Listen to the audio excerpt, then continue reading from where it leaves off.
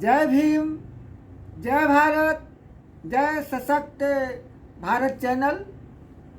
मैं हरिकेश्वर बाबू से आज इस विषय पर बात करना चाहेंगे कि बराबर प्रतिनिधित्व की बात आती है। आप इसके लिए बार बार लड़ाई भी करते हैं, आंदोलन भी किए हैं। अब तो आप चुनाव लड़ने जा रहे हैं, बात ठीक है। तो मैं थोड़ा सा आपको बताऊं कि ये प्रतिनिधित्व सबको प्रतिनिधित्व मिलना चाहिए। इसका शुरुआत जब पहला इलेक्शन 1945 में अप्रैल में जब शुरू हुआ तो उसमें प्रतिनिधित्व दिया गया था। उसमें तो कांग्रेस को भी प्रतिनिधित्व था। अच्छा, पार्टी लेवल पर था। पार्टी लेवल पर ठीक है। तो कांग्रेस को मिला था 108 प्रतिनिधित्व, और ये जो मुस्लिम लीग था उसका था 78। अच्छा, 78 उसको था। और एक तो था यूनियनिस्ट पार्टी कर करके उसको मिला था एक ठो। उस यूनियनिस्ट में 3 पार्टियां अलग थी। एक ठो मुस्लिम था, एक ठो सिख था, उसको भी एक ठो था। अपना बाबा साहब की जो पार्टी थी वो 3 ठो शेड्यूल कास्ट की पार्टी थी। अच्छा, एक ठो उन लोगों को भी मिला था, जो लोग भी है। मेरा कहने का मतलब है कि सभी समुदाय के लोगों को उसमें प्रतिनिधित्व मिला था। तब वहाँ इलेक्शन हुआ और उस इलेक्शन में जो वोट हुआ, सबको वोट देने का तो अधिकार था नहीं था। तो वोट हुआ और जीत के आए थे। गवर्नमेंट बनी 46 में। तो उसमें जो है शिक्षाविदों को, जिसमें भाभा आए थे, शिक्षाविदों को लिया गया था 10 ठो, जिसमें श्यामा प्रसाद मुखर्जी भी आए थे। उसमें उसी शिक्षाविद में डॉक्टर भीमराव अंबेडकर को लिया गया, इनको भी मिनिस्टर बनाया गया था। प्रतिनिधित्व आया, माने ये चीज नहीं है पार्टी से माने मुख्यमंत्री में सरकार में जीत के तो आए, कलकत्ता से जीत के आए। लेकिन जब सरकार बनी तो सरकार में सबका प्रतिनिधित्व होना चाहिए, तो उसमें मिनिस्टर बनाया गया था प्रतिनिधित्व। यहाँ तो हमारे प्रतिनिधित्व के लिए कोई पार्टियां हमको टिकट नहीं देती है। इस पर आपसे हम जानना चाहेंगे, इस पर आप विस्तृत विधि से बताइए। नहीं, देखिए, आपका जो सवाल है तो ये बात सही है कि पार्टी लेवल पर भिन्न भिन्न पार्टी को प्रतिनिधित्व दिया गया। वहाँ से जीत गया तो सभी पार्टियों को प्रतिनिधित्व सरकार में दिया गया। श्यामा प्रसाद मुखर्जी वो दूसरे पार्टी में थे, उनको भी दिया गया। बाबा साहब को भी दिया गया। शिक्षाविद नहीं, ठीक है, शिक्षा मतलब हर जगह से मान लीजिए किसी पार्टी में भाभा नहीं थे। हाँ, नहीं थे, लेकिन उनको लिया गया अलग से, इंटेलेक्चुअल को लिया गया, वो ठीक है। लेकिन पार्टी के आधार पर मतलब एक तरह से सर्वदलीय सरकार उसमें बनी थी। करने का मतलब प्रारंभिक दौर में सर्वदलीय सरकार बन गई, सबका प्रतिनिधित्व, हाँ, सबको मिला के सरकार बनी थी, ठीक है।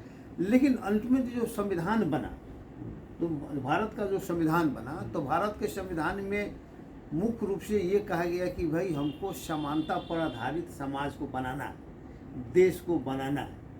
तो समानता इसका मतलब नहीं था ना, समानता तो था नहीं। अगर समाज में समानता रहता तब तो समानता बनाने के बारे में जोर देने की जरूरत नहीं थी। तो चूंकि समाज विविधताओं से भरा हुआ था, आज भी देश भरा हुआ है।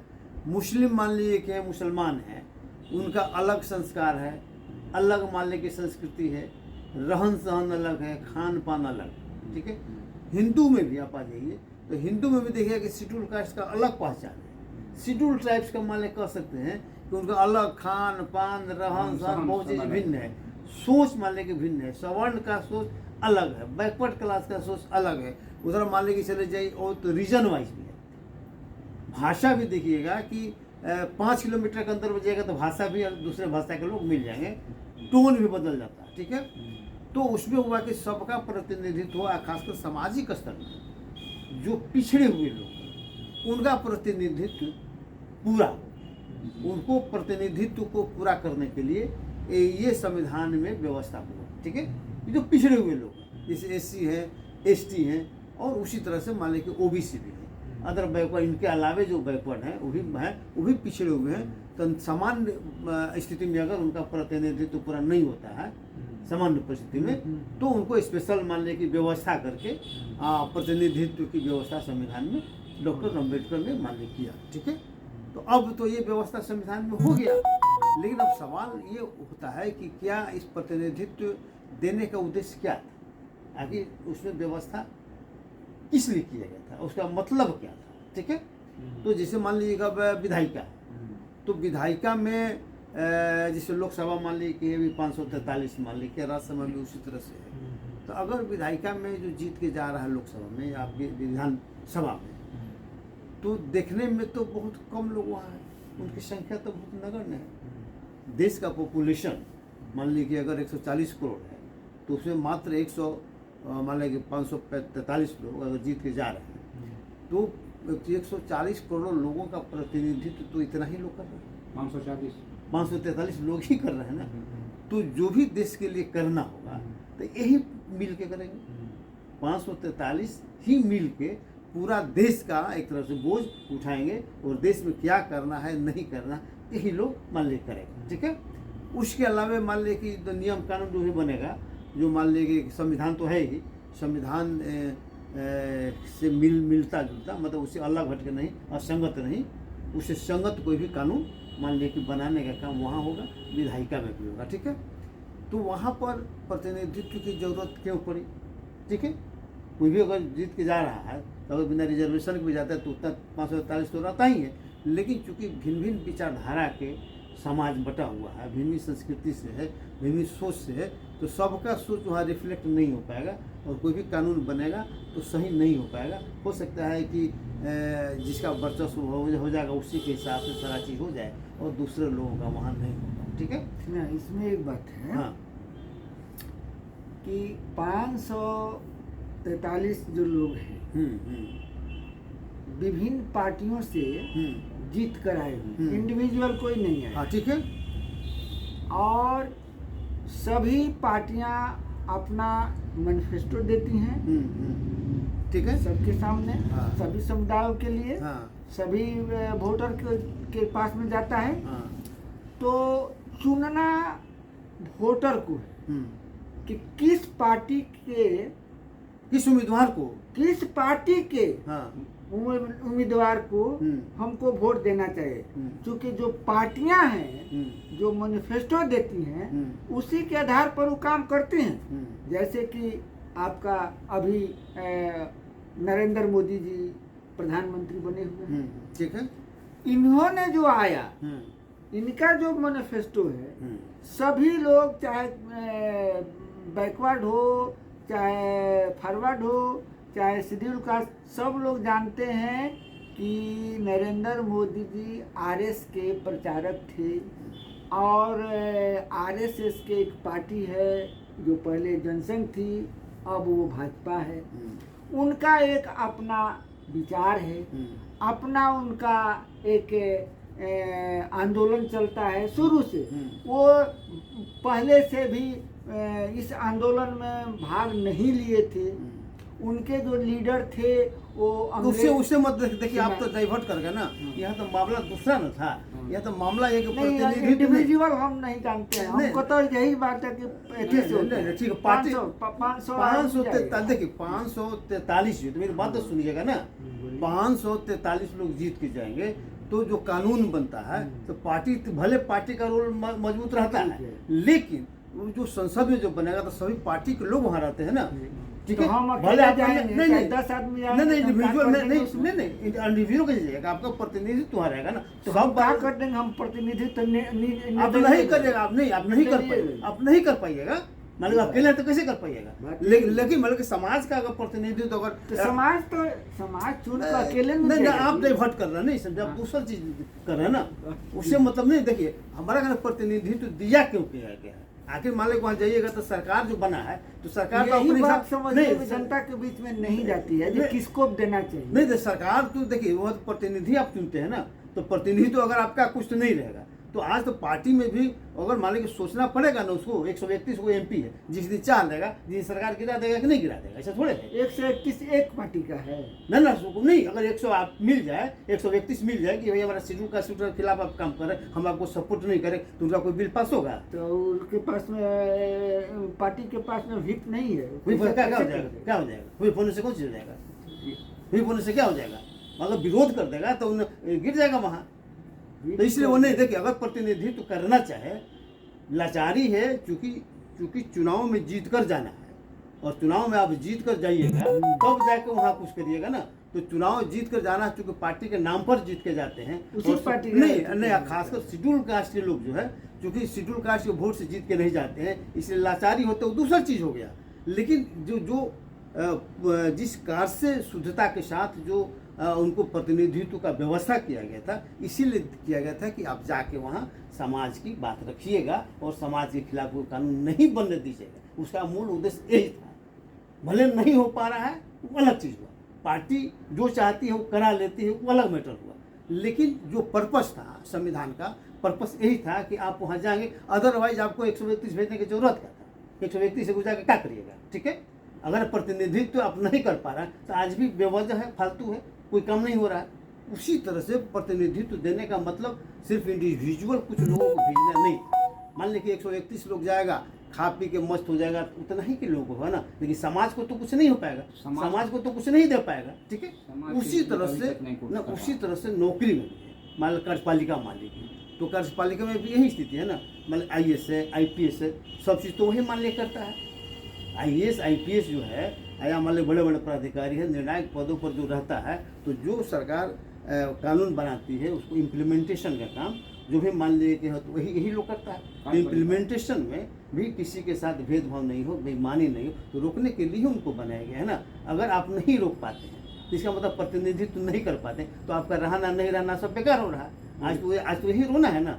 आज शेड्यूल कास्ट का, शेड्यूल ट्राइब्स का रोना यही ना है कि हमारा जीत के जाता भी आदमी है, या मेरा नौकरी में भी लोग जा रहा है रिजर्वेशन से, ये समाज का प्रतिनिधित्व नहीं कर पा रहा है, या समाज का प्रतिनिधित्व नहीं करने दिया जा रहा है, जिसके कारण मान लें कि समाज को विकास नहीं हो रहा है। तो जो पर्पस है समाज का, वो पर्पस नहीं हो रहा। भले इंडिविजुअल लेवल पर किसी का पर्पस सॉल्व हो रहा है, इंडिविजुअल हमको नौकरी हो गया, हमको वेतन मिल रहा है, हमारा परिवार भैया, हमको सुविधा है, हमको एक आदमी को तो मिल गया। लेकिन हम जिस पर्पस से गए हैं, डॉक्टर अम्बेडकर ने हरिकेश्वर हमको थोड़ी भेजा था कि आप जाके ऐश मौज करिए। उन्होंने कहा कि वहाँ जाइए तो समाज का अगर जितना बन पड़े, जितना संभव हो सके आपसे, उतना आप करिए समाज के लिए। अगर नहीं कर पा रहे हैं वहाँ जाने के बाद, तो इसका मतलब है कि प्रतिनिधित्व का सही रूप में अनुपालन नहीं हो रहा है, नहीं, इसलिए दिक्कत हो रहा है। तो हम लोग का लड़ाई यही था कि जो भी प्रतिनिधित्व जाए असल में समाज का प्रतिनिधित्व करे, ताकि समाज के साथ बेईमानी, भेदभाव, अन्याय जो हो रहा है। अभी देखते हैं कहीं इंटरव्यू हो रहा है, तो इंटरव्यू में अगर आपका प्रतिनिधित्व कोई नहीं,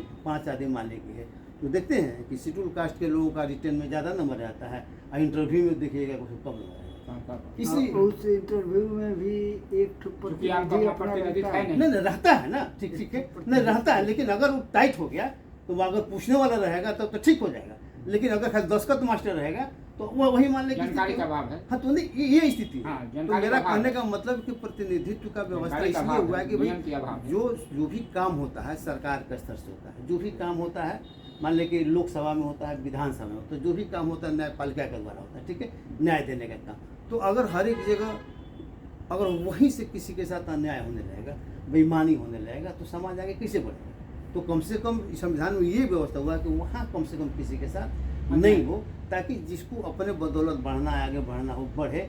अगर नहीं बढ़ पाएगा तो नहीं बढ़ पाएगा, मतलब उसको पैर खींचने वाला कोई नहीं रहेगा, लेगी मार के गिराने वाला कोई नहीं रहेगा। इसीलिए वहाँ पर व्यवस्था मान लिया कि प्रतिनिधित्व का किया हुआ है, अन्यथा करने का कोई मतलब नहीं था। लेकिन उस उद्देश्य की पूर्ति नहीं हो पा रही है। इसके लिए सिर्फ मान लीजिए आप सत्ता पक्ष को दोषी नहीं ठहरा सकते हैं, अपने लोगों को भी कह रहे हैं भाई आप प्रतिनिधित्व करने की कोशिश नहीं कर रहे हैं, आप समझ नहीं पा रहे हैं कि हमको करना क्या, आप सिर्फ नौकरी कर रहे हैं। आप मान लीजिए जो विधायक बन रहा है, मंत्री बन रहा है, कहते हैं गाड़ी ले लो, घूमो फिरो, 5 गाड़ी ले लो, परिवार को घुमाओ, लेकिन समाज के बारे में मत बोलो। और समाज कोई बोलता है तो उसको पार्टी से निकाल देता है, ठीक है। तो ये तो गड़बड़ चीज होगा ना। ये तो मान लीजिए जिस जो उद्देश्य था संविधान का, उस उद्देश्य के तो विरुद्ध मान लीजिए वहाँ काम हो रहा है। पार्टी मान लीजिए कहती है कि हमको यही पर तुम दस्तखत करो, नहीं करेगा तो तुमको हम हटा देंगे। तो ये तो मान लीजिए कि गलत काम हो रहा है ना। उसको तो प्रतिनिधित्व भेजा, प्रतिनिधित्व करने दीजिए। तो इसका सुधार कैसे होगा?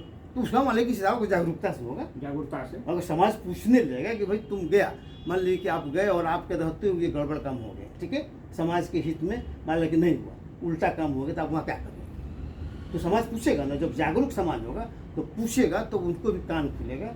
और मान लीजिए कि पार्टियों को भी लगेगा कि नहीं अब ये जागरूक हो गया, अभी समाज जागरूक हो गया है, हमको भी नकेल कसेगा, हमको भी हमारी गलती को पकड़ रहा। तो इसलिए समाज को जागरूक होना सबसे ज़्यादा जरूरी है। समाज क्योंकि जागरूक नहीं हो रहा, जिसके चलते सारा समस्या। और समाज के बीच में जब जाइएगा तब ना जागरूक होगा। तो जागरूकता मान लीजिए ये जो है किसान वाला आंदोलन में हाँ जाट लोग तो अपने प्रतिनिधि को नहीं हाँ, आने दे रहा है, हाँ, सबको, है ना, हो रहा है, हंगामा हो रहा है ना 2 साल से। हाँ। लेकिन क्या नहीं ना होगा, हो लेकिन रहा है। दबाव में तो है नहीं, ना। ऐसा थोड़े है कि दबाव नहीं हो रहा है। है। सरकार सरकार तो की दबाव में है ना। दबाव है। सरकार तो जो भी कानून बना है उसको सरकार की वापस दबाव लिया, है। ठीक है, वापस लिया भी ना। तो चूंकि उसी के चलते ना हुआ। अगर मान लीजिएगा वो भी दबाव नहीं रहता तो मजे से चलते रहता। वापस लिया, हाँ?